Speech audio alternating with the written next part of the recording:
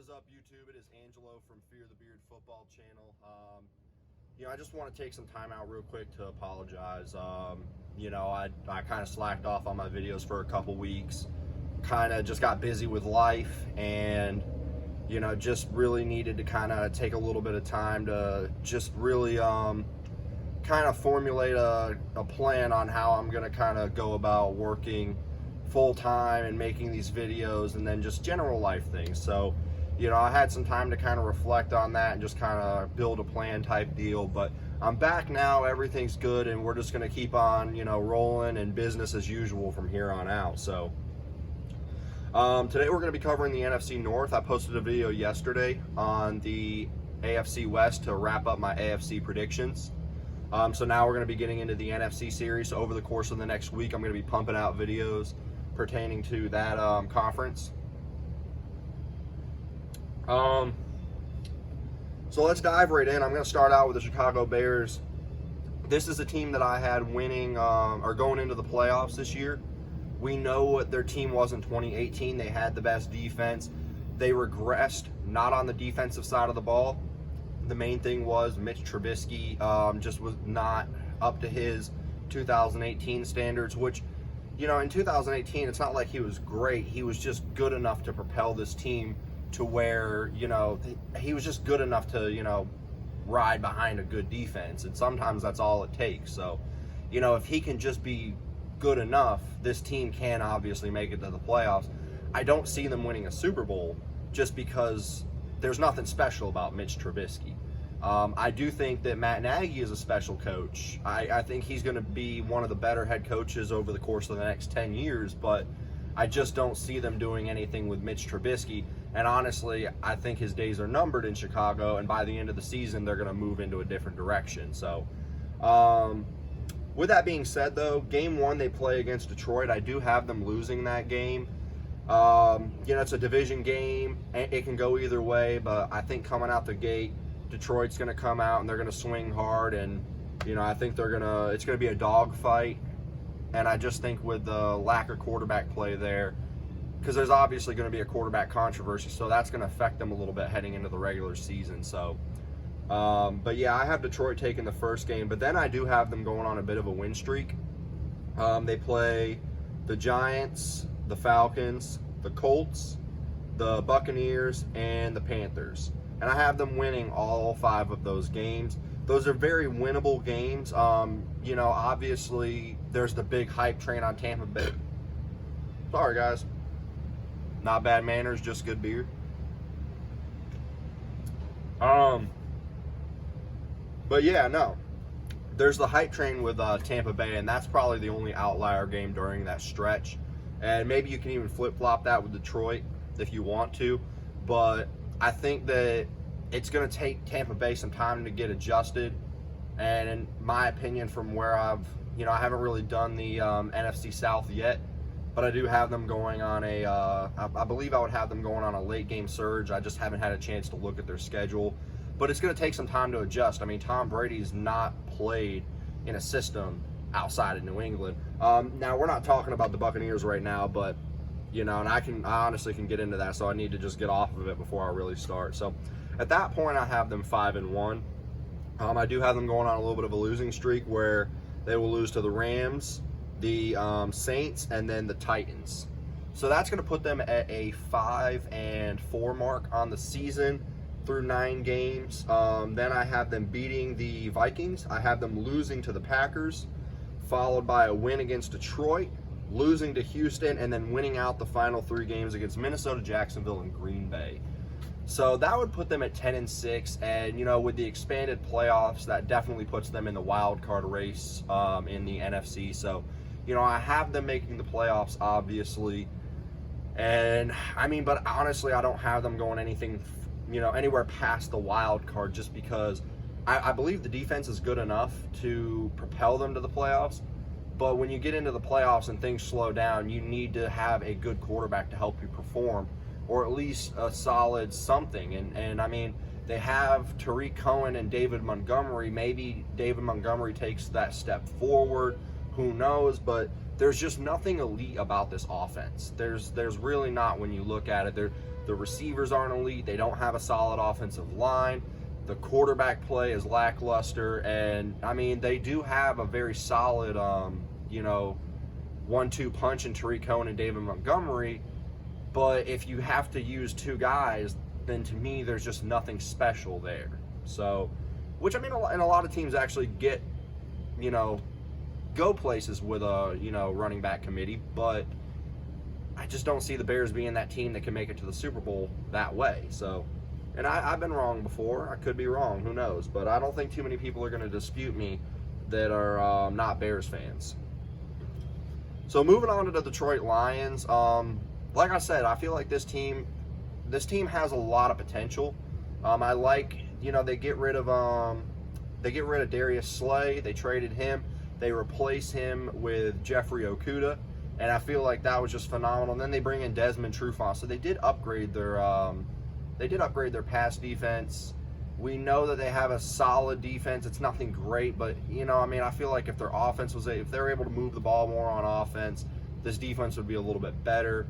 I've explained this to you guys before with, not having a good defense affects your offense, and you guys are football fans, so I'm not going to try to, attack your intelligence on this. You know how it goes. So, and honestly, I don't like Matt Patricia as a head coach. I don't. There's, he's not done anything so far. I feel like the Jim Caldwell days were the best days Detroit has seen. Why they got rid of him, I don't know. I mean, it really helped out Matthew Stafford's career. I do like them drafting DeAndre Swift. That's going to be a good running back committee with Kerryon Johnson and Swift, in my opinion. But, they do have solid receivers. I like Kenny Golladay. Marvin Jones is good. Can TJ Hawkinson make a step forward? There is a lot of questions there, but I feel like coaching is going to be something that, hinders this team from actually reaching the potential that it has. So let's break into their schedule. I do have them beating Chicago in the first game, and then I have them losing a lot in a row. To Green Bay, Arizona, New Orleans, Jacksonville, Atlanta, Indianapolis, and Minnesota. So through 8 games, I have them 1-7. And to you Detroit Lion fans, I'm sorry. I really wanted to put you as a surprise team, but there's just, honestly, I just don't like Matt Patricia. I think that he's out this year, and I feel like once someone else comes in, if they can get the head coaching position right, this is going to be a better team, because Matthew Stafford is actually a fairly decent quarterback. You get a lot of people who argue and say that, this man, doesn't perform well against teams above 500, but I mean, look at the teams that he's had. Like, let's be honest. It's Detroit. He got drafted #1 overall for a reason, because this was not a great franchise. And no disrespect to any Lions fans. I don't want to sit there and, crap on your team or nothing like that. But let's get back into it. I do have them beating Washington, so that would put them at 2-7. And then, I have them losing to the Panthers, the Texans, the Bears, the Packers, the Titans, and then the Buccaneers.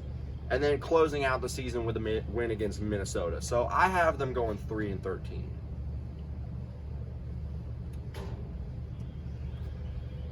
There's potential there. They have solid players scattered across different positions, but it's not like one group is elite. I would say that if you had to give like a position, it's like, if we're talking about like what position is like their strong point, it would be receiver with Kenny Golladay and Marvin Jones. But aside from that, quarterback, their running back is like, maybe, one of the top 15s in the league as far as like a tandem. We don't know that yet really, because DeAndre Swift hasn't even played an NFL down. So, I can't really comment on that, but there's just not a whole lot there that just jumps out at you and is like, this is a solid team. This is the team that can win, 8 games or something like that. So, but let's move on to a more promising team, the Green Bay Packers. This is my division winner prediction. So, I have them, first game they're going to be playing is Minnesota, where I do have them losing that game. Now, I do want to say that I made this prediction before the whole Dalvin Cook holdout, so I haven't really gone back and corrected this. I want to say that a deal is going to get done, and I'm making these predictions based off of, like, that deal being done. because obviously I think the Vikings are a lot worse of a team without Dalvin Cook. And I would honestly have Green Bay winning this game if Dalvin Cook was not the running back for them. So, but yeah, I have them losing to Minnesota in the first game, followed by a win against the Detroit Lions, losing to the New Orleans Saints. So, you know, they kind of stumble a bit out the gate. I have them starting out 1-2, but then I have them going on this massive run. And I have them going on a 12-game win streak, basically, beating the Falcons, Buccaneers, the Texans, the Vikings, the 49ers, the Jaguars, the Colts, the Bears, the Eagles, the Lions, the Panthers, and then the Titans. I do have them losing the final game of the season to the Chicago Bears, though. So that would put them at a 13-3 mark on the season. I feel like that's very realistic. Are they going to win 12 games in a row? Maybe not, but I do feel like they are going to win 13 games. I feel like 12 is their floor, really. This is a team who, you know, if Aaron Jones is healthy for a full season, that's going to obviously open up the pass game. That's one of the main things that Aaron Rodgers has been missing. You know, the defense, it wasn't as good as people thought it was, but it is going to be good enough with Aaron Rodgers as your quarterback. You know, what's going to happen with, what's his name? I'm really drawing a blank. It was that guy that kind of popped out of nowhere last year. Anyway, you guys probably know who I'm talking about, but I'm just drawing a blank on his name. But maybe Marquez Valdez-Scantling steps it up.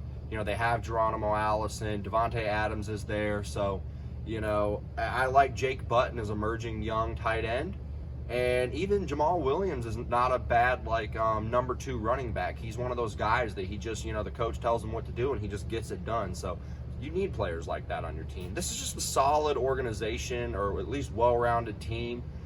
We know my thoughts on their GM for the whole Jordan Love draft. I would have loved to have seen them go after, you know, a skill player like a wide receiver, maybe, you know, take a shot on someone. I would have been okay if they had even went out and gotten maybe Denzel Mims or, you know, Jalen Reagor, something like that. I mean, I don't see why they didn't go after a skill position player. I feel like that's something you needed to address, because Aaron Rodgers has 4 years left on his contract, and he's expressed that he wants to play after this contract is up. So, you know, there's no loyalty in professional sports anymore.